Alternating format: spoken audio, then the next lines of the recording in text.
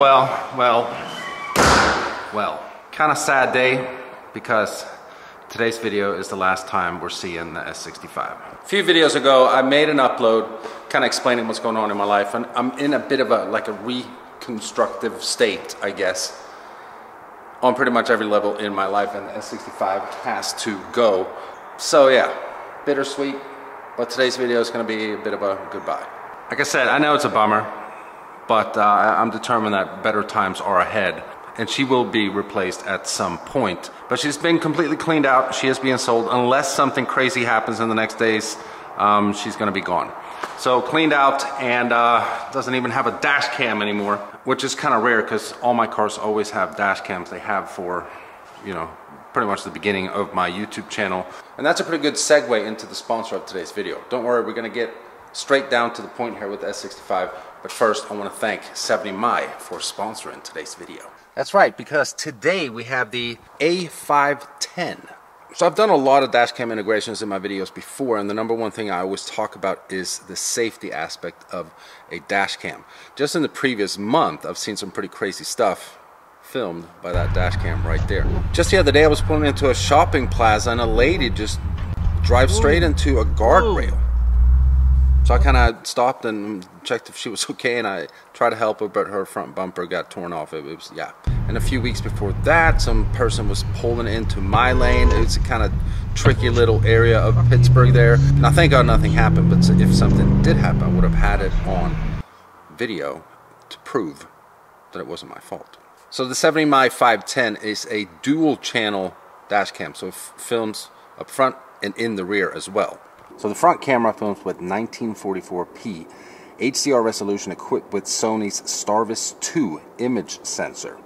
So perfect resolution during the day to read any kind of street sign or any kind of license plate. Now, while driving at night, 70My uses something called Night Owl Vision. And as you guys can see for yourselves here, really good resolution while you're driving in the dark as well. Now, for the rear camera, you have HDR as well. I have very tinted rear windows, so the vision out of the tinted window doesn't really do the camera justice. Now, it also has built-in GPS, of course, so it tracks your speed and your longitude and latitude, your location basically. So let's say you're pulled over by the police, they said you were going a certain speed. If the dash cam proves them wrong, you can use that in court. I've done it before. It actually works. Now, it's super simple to install. You just plug in two cords, one for the rear and one for the front. You tuck it in underneath here, and then you just all the way back.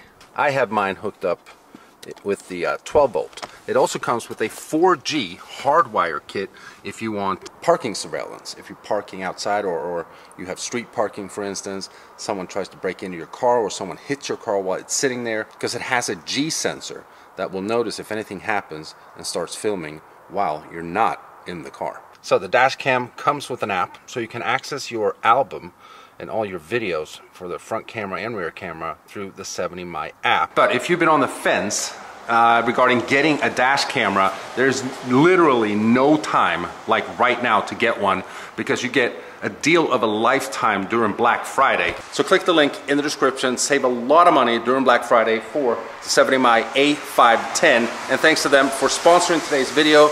Now back to the upload. Alright, so quick weather transition in the video here. Because today, it's a day or two after the last footage you guys just saw, and we were having like our first really winter cold.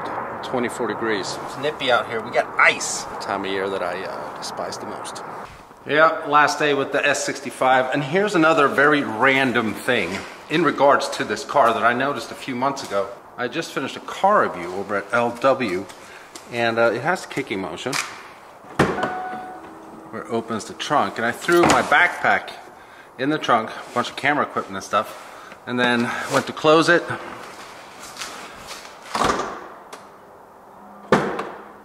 and I'm like, what the hell's...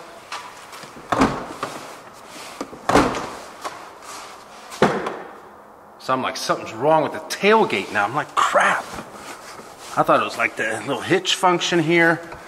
Something's wrong. And then, this might be like super common, and a lot of cars do this. I've never noticed it with any car. It is because I had left my keys in the backpack. and the rest of the car was locked, I did the kicking motion just to open the tailgate, and I just thought that was kind of cool that the car prevents you from locking your keys in the car. Let me know in the comments if I'm completely a dumbass here and pretty much every car has this, but I never knew about that. So yeah, see? Now that the keys are out, it closes the tailgate and it locks the car again because the car was indeed locked. But of course we gotta get one last cold start.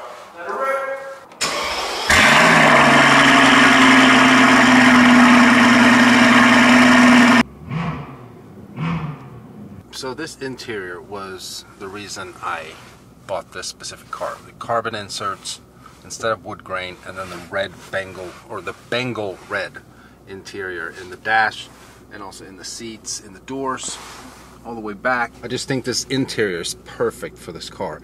And I've loved owning this thing and driving it because it's basically the perfect Grand Tourer, because it's an S-Class. The most luxurious Mercedes that you can buy. It has every thinkable feature. Like I said, it's cold outside today, so when you turn the heated seats on, not just the seats warm up, it's also the mid-console top here. This is all warm.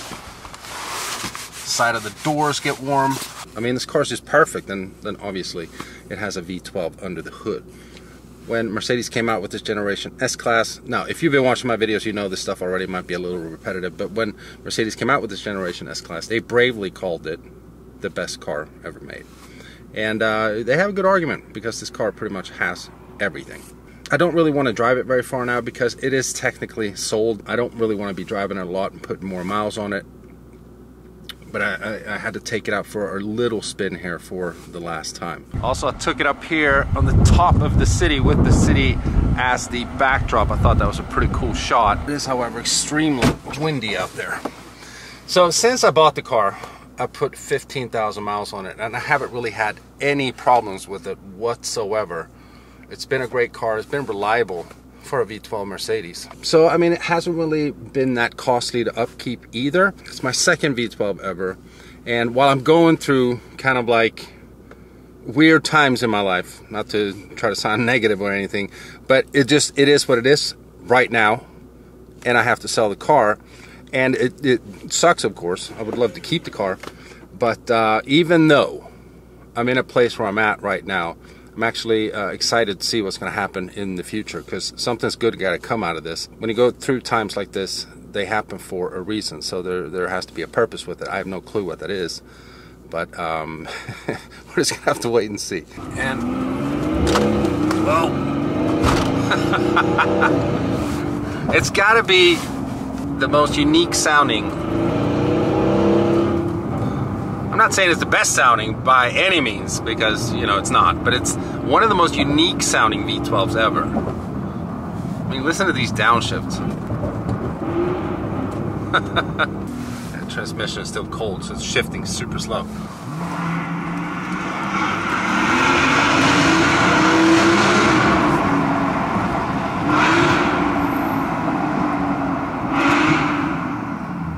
And you hear a little turbo whistle whine. I mean, it's very like faint, but this car has a lot of cool noises that I always love, man. I'm gonna miss them. I swear, it's Saturday today. It's cold as hell. It's not a lot of people out. As you can see, it's not a lot of traffic. I hit every red light all the time, and I just sit here. There's like no traffic. Okay, there's one car there. One. Every damn red light. Come on. Let's go. There we go.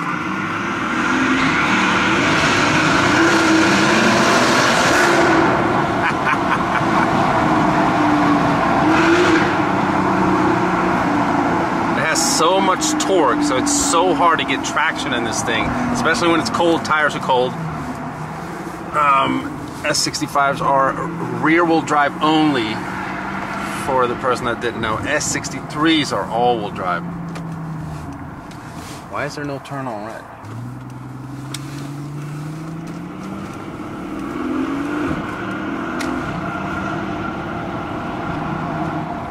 See?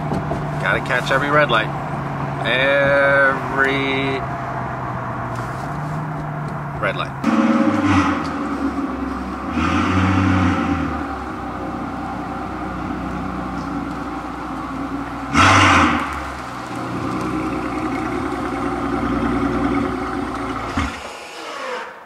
All right, so we parked her for the last time.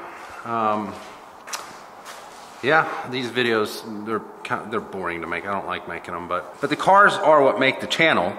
And you know, when they're leaving, you got to make a little goodbye video. I mean, it's just, they deserve it. It's my 5th AMG ever. And you know, I mean, like the AMGs that are out now, especially the new C63, it's not something I will ever get. I don't really like Mercedes' design language as much anymore.